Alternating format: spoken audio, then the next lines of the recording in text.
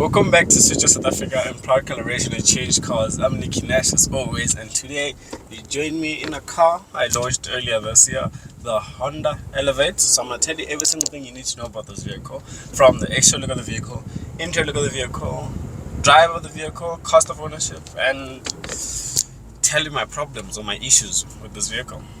So the exterior look of the vehicle, I like the look of this vehicle. So in front, it reminds me so much of the Toyota Corolla Cross, and I like that vehicle, so I'm going to like this vehicle. But the one I'm in is the entry-level model. So for a change, on the channel we are reviewing something of entry-level, because majority of times these manufacturers always give us cars that are top of the range, so that we like those vehicles. So now I think it's nice that we get to test the entry-level, so to see what you're getting yourself into. So I'm going to tell you those car's faults and things that I don't like about this vehicle. And from the exterior look of the vehicle, the very first thing that I don't like, and that is not a fault, but from an entry-level point of view that I do not like, is the fact that this car doesn't come with any alloy wheels. You're seeing the wheels right now, it's wheel caps. So I do not like that about this car, because the car it competes with is my current long-term, the Suzuki Grand Vitara GL model, not the GLX, the GL model, which is the entry level, which comes with alloy wheels, not wheel caps. So really, Suzuki is one up in that regard. I'm gonna speak about other parts of this vehicle where the Suzuki is much better. So extra look of the vehicle. Moving on to the back of the vehicle, looks good, looks okay. I personally am not a fan of this specific color, this orange color.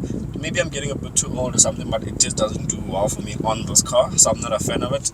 I'm a fan of the color that I launched this vehicle in, is that grey color. You should be seeing it on the replay videos. But if you want to see me speak about the top of the range, which is the Elegance model, please go to the launch review. I speak about that car more than I actually speak about those cars. So that's the car that, if you want to find out about that, go to that video. So now jumping into the interior, it looks okay. It looks like a normal Honda.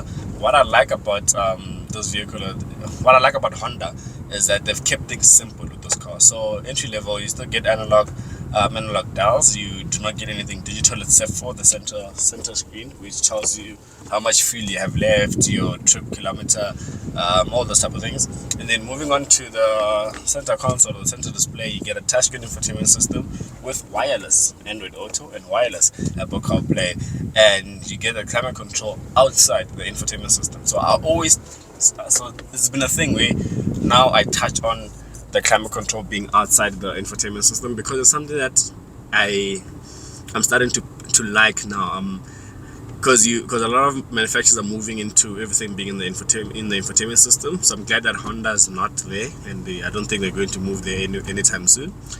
Down here you get two cup holders. You get two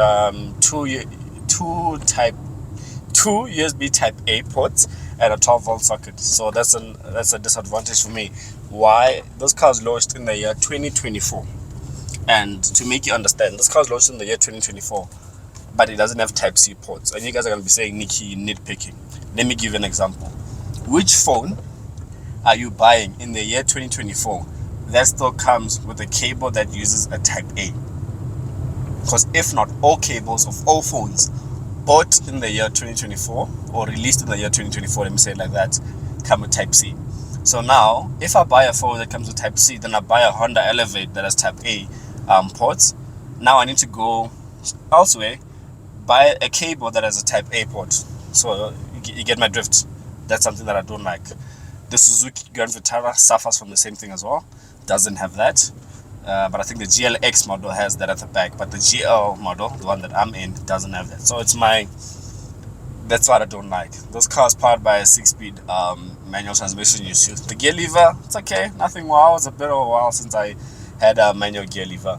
Moving on to the back seats. Back seats are okay. The space for a small compact SUV is decent enough. Even the boot capacity is decent enough to get the job done. For the school run, for the day-to-day driving, gets the job done. And speaking about the day-to-day driving, how is the car to drive?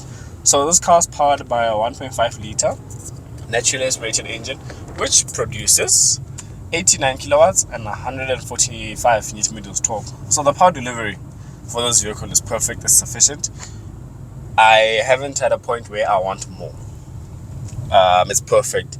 My disadvantage or my flaw about this car in terms of the drive of the vehicle, it has to do with its manual transmission. So comparing it to a lot of manuals, like how smooth the a Volkswagen manual is, or how smooth the car that I currently have, the Grand Vitara gearbox is that when you're driving, when you're changing gears, those cars, every gear you feel it's smooth, it goes into the next gear smoothly, and this is what the Honda Elevate suffers from. Every gear, when you go into it, feels like you're going into the wrong gear, although you're going into the right gear. And what I mean by that is that it's not a smooth transition from moving from 1 to 2 or 2 to 3 or 3 to 4. You feel everything in between that. So it's something that I personally do not like, and I feel like Honda could have worked on it. And especially when you're slowing down and you're moving from, let's say you're approaching a hump, for example, or a robot, and you're on gear 2, and you want to put it into 1. For some odd reason, it's hard to go into 1, and then you have to pop it back into neutral, then go into 1 again. So it's something that I don't like, and something that I've been experiencing for the past week. So it's something that Honda needs to work on with regards to the manual transmission. The automatic, I drove it at launch, it's fine, it's perfect, gets the job done. What else in terms of the interior, well, the drive of the vehicle that I don't like is that I'm paying 370,000 Rand compared to the Suzuki Grand Vitara, the GL that I have. But this car doesn't have cruise control. The Grand Vitara comes standard with cruise control. So if you want a Honda Elevate with cruise control, you have to fork out another 40,000 Rand to jump into the Elegance model, which comes is just an automatic and a whole lot of other things just to get cruise control. You do not get cruise control from an entry level point of view. So that's something that you pick up.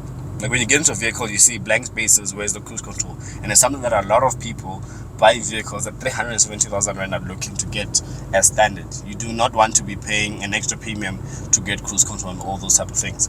But that being said, the overall drive of the vehicle, it's okay. I've not hated it, but I've just gotten used to it and just tolerated it for lack of a better term. I'm just tolerating it. It's okay. Nothing wow. There's nothing to marvel about in terms, especially with regards to the gearbox. So other vehicles, you get into them, you drive them, and then you're like, wow, this gearbox is smooth, or this gearbox is nice. In this vehicle, nothing like that. You just like, okay, it's a manual gearbox. Then you carry on driving. Moving on to the claim fuel efficiency of this vehicle, Honda claimed a 6.1. For the past week I've had it, I've been averaging a 6.7. So Honda's on the money. You can get it to 6.1.